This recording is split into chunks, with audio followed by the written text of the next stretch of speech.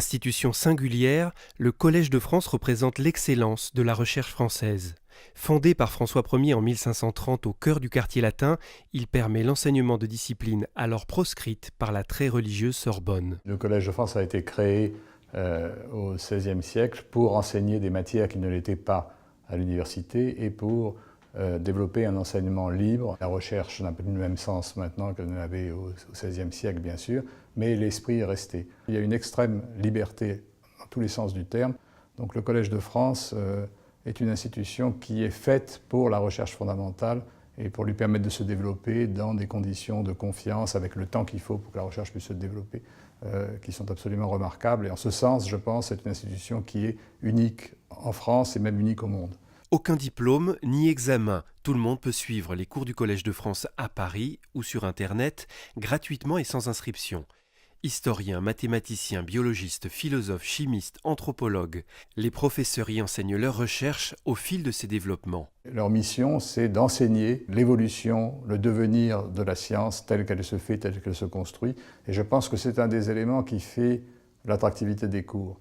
Il y a beaucoup de gens qui viennent assister à ces cours librement, qui ne sont pas spécialistes forcément du domaine étudié, mais qui sont fascinés par l'idée qu'ils sont dans un milieu où ils voient la science en train de s'élaborer. Ampère, Champollion, Berthelot, Claude Bernard, Valéry. Plus récemment, Lévi-Strauss, Foucault, Barthes, Bourdieu ou Pierre-Gilles de Gennes, les plus grands noms de la pensée française ont occupé les chaires du Collège de France, renouvelées librement selon l'actualité scientifique.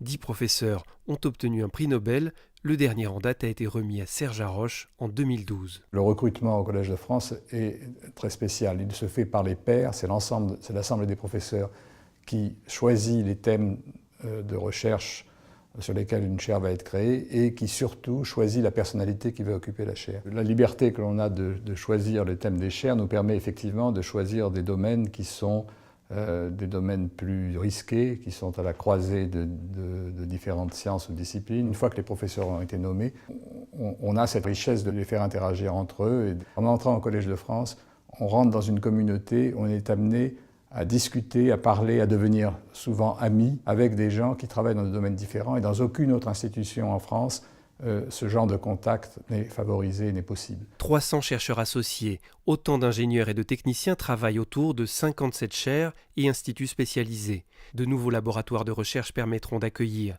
des personnalités scientifiques internationales toujours plus nombreuses, mais aussi de jeunes talents. Le Collège de France veut contribuer avec d'autres au maintien des valeurs de la connaissance, de la recherche fondamentale, de la recherche qui est basée sur la curiosité pure. L'ambition générale que nous avons pour les années qui viennent, c'est de mettre plus en contact les générations. On veut permettre à des jeunes équipes de démarrer dans une atmosphère qui est favorable à la recherche pour aller ensuite essaimer ailleurs, propager cet esprit de liberté et de confiance dans la recherche au-delà du Collège de France, en France et même à l'étranger.